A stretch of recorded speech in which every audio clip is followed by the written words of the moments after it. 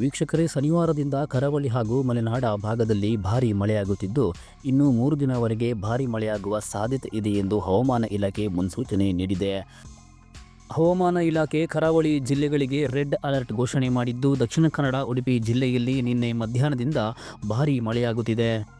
ಹವಾಮಾನ ಇಲಾಖೆ ಕಳೆದ 3 ದಿನಗಳಿಂದ ದಕ್ಷಿಣ ಕನ್ನಡ, ಉಡುಪಿ ಜಿಲ್ಲೆಗಳಿಗೆ ರೆಡ್ ಅಲರ್ಟ್ ಘೋಷಣೆ ಮಾಡಿತ್ತು. ಜಿಲ್ಲೆಯಲ್ಲಿ ಭಾರೀ ಮಳೆಯಾಗಿರಲಿಲ್ಲ, ಆದರೆ ನಿನ್ನೆ ಮಧ್ಯಾಹ್ನದಿಂದ ಭಾರೀ ಮಳೆ ಸುರಿಯುತ್ತಿದ್ದು, ದಟ್ಟ ಮೋಡಗಳು ಇನ್ನಷ್ಟು ಮಳೆ ಮುನ್ಸೂಚನೆ ನೀಡಿದೆ.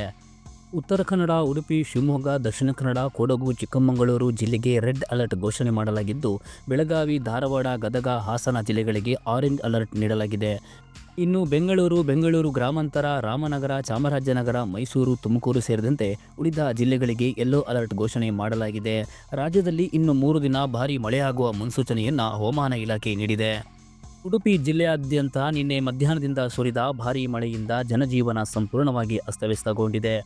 ಜಿಲ್ಲೆಯ ಬೈಂದೂರು ತಾಲೂಕಿನ ಹಲವೆಡೆ ಭಾರೀ ಮಳೆಯಿಂದಾಗಿ ಸಂಪೂರ್ಣವಾಗಿ ಜನಜೀವನ ಅಸ್ತವ್ಯಸ್ತಗೊಂಡಿದ್ದು, ಕೃಷಿ ಭೂಮಿಗಳಿಗೆ ನೆರೆ ನೀರು ನುಗ್ಗಿದೆ. ಇದರಿಂದ ಕೃಷಿ ಚಟುವಟಿಕೆಗಳಿಗೆ ತಾತ್ಕಾಲಿಕವಾಗಿ ಬ್ರೇಕ್ ಹಾಕಲಾಗಿದೆ.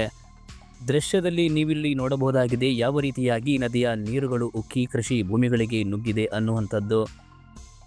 ಈ ಬಾರಿಯ ಮುಂಗಾರು ಪ್ರಾರಂಭದಿಂದಲೇ ಭಾರೀ ಜೋರಾಗಿದ್ದು, ಕೃಷಿ ಚಟುವಟಿಕೆಗಳಿಗೆ ಬಹಳಷ್ಟು ತೊಂದರೆಗಳು ಆಗುತ್ತಿದೆ.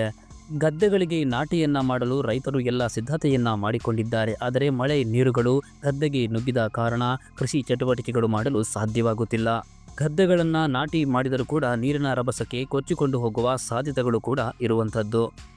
ಉಡುಪಿ ಜಿಲ್ಲೆಯಾದ್ಯಂತ ಭಾರೀ ಮಳೆಯಿಂದ ಜನರು ಕಂಗಾಲಾಗಿದ್ದರೆ, ಇನ್ನೊಂದು ಕಡೆ ಉಡುಪಿ ಜಿಲ್ಲೆಯ ಬೈಂದೂರು ತಾಲೂಕಿನ ಹೇರೆಂಜಾಲು ಹಾಗೂ ಅಕ್ಕಪಕ್ಕದ ಪ್ರದೇಶದ ಜನರ ಜೀವನ ಸಂಪೂರ್ಣವಾಗಿ ಅಸ್ತವ್ಯಸ್ತಗೊಂಡಿದೆ.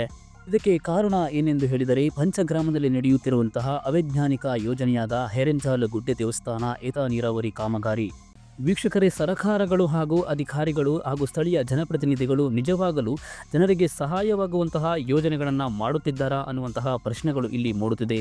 ಏಕೆಂತ ಹೇಳಿದರೆ, ಈ ಗುಡ್ಡೆ ದೇವಸ್ಥಾನ ಏತ ನೀರಾವರಿ ಕಾಮಗಾರಿಯ ನದಿ ದಂಡೆಯ ಬದಿ ಉದ್ದಕ್ಕೂ ಕಟ್ಟಿದ ಅಸಂಪರ್ಕ ದಂಡೆಯಿಂದ ಕಂಬಳಗೆದ್ದೆ, ಗುಮ್ಮಿತೋಟ, ಗೋಣೆಕಲ್ಲು, ಬೊಬ್ಬರಿಯನ ಮನೆ, ಡಿಟಿ ಕಡು, ಯಕ್ಷೆ ಮನೆ, ಪಂಕ್ತಿ ಅಮ್ಮನ ಮನೆ, ನೂಜಾಡಿ ಬೈಲು, ಕೆಳ ಕೋಳೆಕೋಣು ಪ್ರದೇಶ ಸಂಪೂರ್ಣವಾಗಿ ಮುಳುಗಿದೆ. ಈ ಅವೈಜ್ಞಾನಿಕ ಕಾಮಗಾರಿಯಿಂದ ಕಂಬಳಗೆದ್ದೆ ಭಾಗ ಸಂಪೂರ್ಣ ಮುಳುಗಿದ್ದು, ಸಂಕಷ್ಟದಲ್ಲಿರುವ ಜನರನ್ನು ಕಂಬದ ಕೋಣೆ ಸೊಸೈಟಿ ವಾಹನದ ಮೂಲಕ ಸುರಕ್ಷಿತ ಜಾಗಕ್ಕೆ ತಲುಪಿಸಲಾಗಿದೆ.